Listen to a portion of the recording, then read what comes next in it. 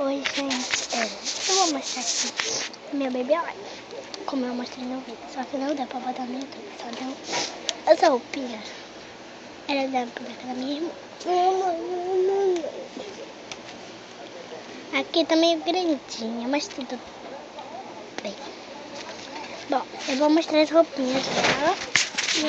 Vou pegar aqui o caixinho dela. Tá escrito moleca aqui, era do sapato da minha mãe. Essa roupinha é também da minha irmã. Essa era a minha. Tudo mais. Essa daqui é da minha mãe também. É da boneca dela. Essa é a roupa que ela veio, tá? Essa fitinha aqui não é uma fita.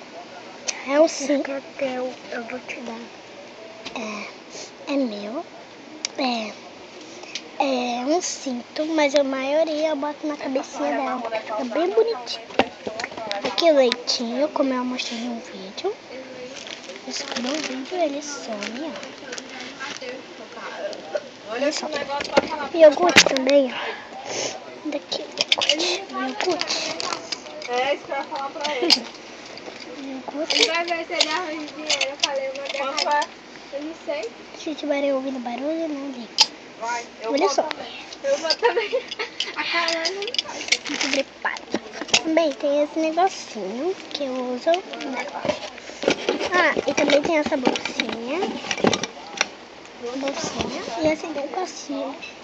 Eu vou ganhar aquela Baby Live lá.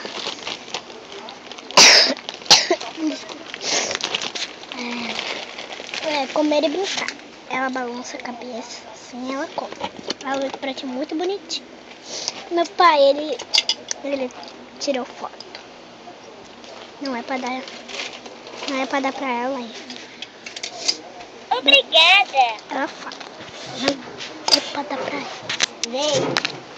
Aqui é muito bonitinha.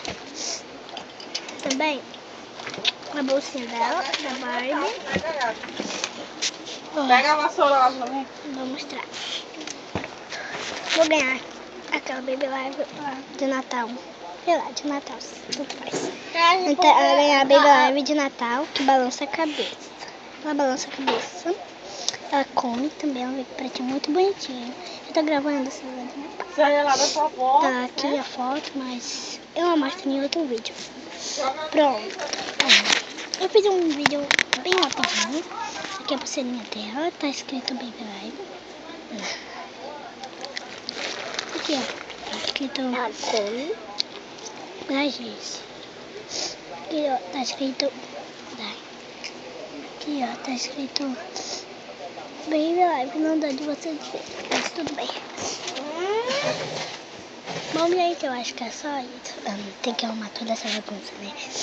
Tchau, até os próximos vídeos e aguardem. Tchau.